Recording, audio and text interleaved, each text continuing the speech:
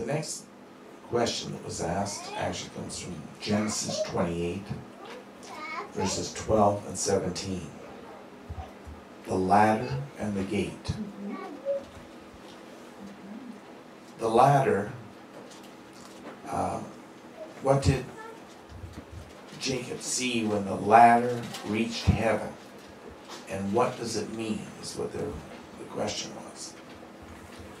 Well, in Genesis 28:12, we see that Jacob was asleep and he had a dream. And behold, a ladder was set on the earth, with its top reaching to heaven. And behold, the angels of God were ascending and descending on it. The word used as ladder is sulam.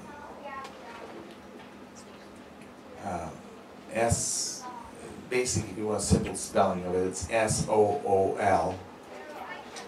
hyphen LAWM. Sulam. Or sulam, I should say. Which can mean ladder, but most often means a staircase, steps to a portal, or a door, a gate, or a guarded entrance. It can mean a marked or measured distance to a mound, mountain, or pinnacle. Some people have walked up mountains and they'll have markers at every mile or every 3 miles up the mountain. Well, you would use, to describe that in Hebrew, you would use sulam. Did you go through a ladder to get there? No, but you're climbing upward, right? But not necessarily the ladder. Now, because the sulam was set on the earth with its top reaching heaven, ladder is the wrong translation. Heaven does not have anything for the ladder to be supported against. Also, multiple users at the same time would again rule out a ladder. Can you have people going up and down on a ladder at the... No. There's either one person goes up or one comes down. You can't have a whole lot of people going up and down at the same time.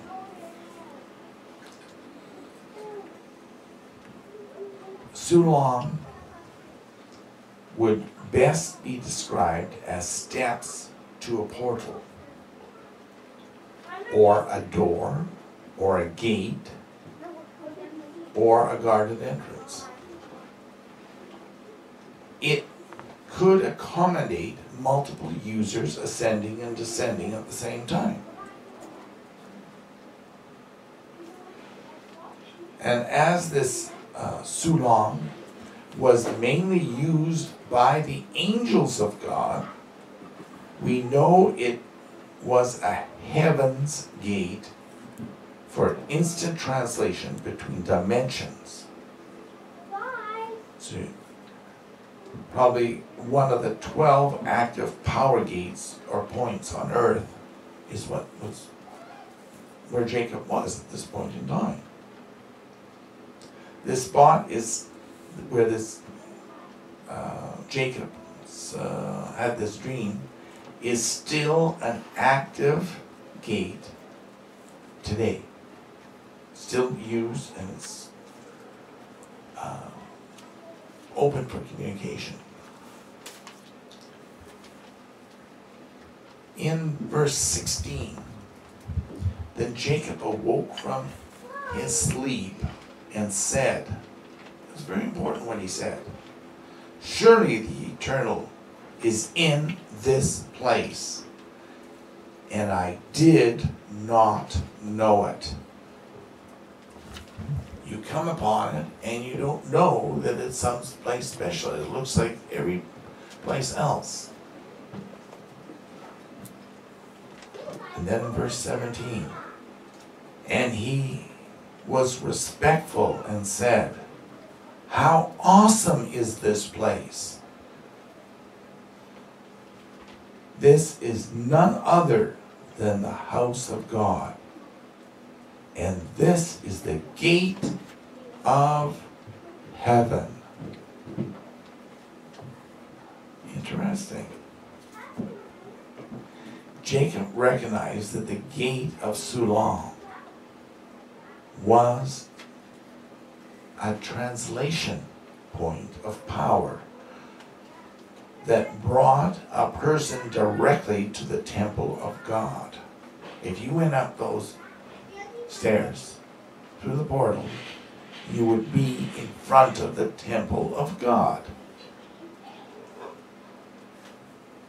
Not a house. And that the gate of heaven was an exchange point between earth and the other side of infinity.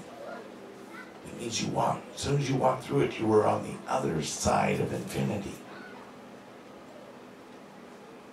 One could pray at this site and have a direct experience with the eternal God. It is still in use today for that very reason, very purpose. A stargate moves you among the stars or galaxies.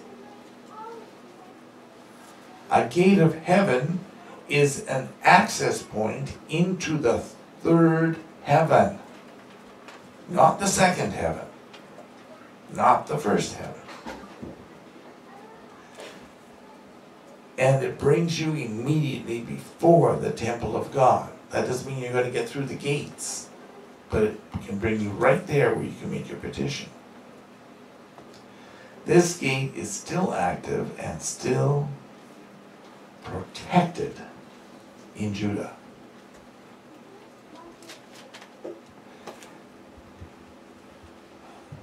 Visitors to Judah are not encouraged to go see where Jacob's pillar was, the stone and the gate, Heaven's Gate. But if you went there and you prayed and went to sleep and you had the question, you could have a direct experience with God where He will tell you what answer you need. These are one of the 12 gates that's been kept open around the earth. And it is said that the answers come most quickly to those that are Sabbath keepers. They will hear, not only see, but they will hear what their answers are directly in vocal, where they can communicate back and forth. Quite something.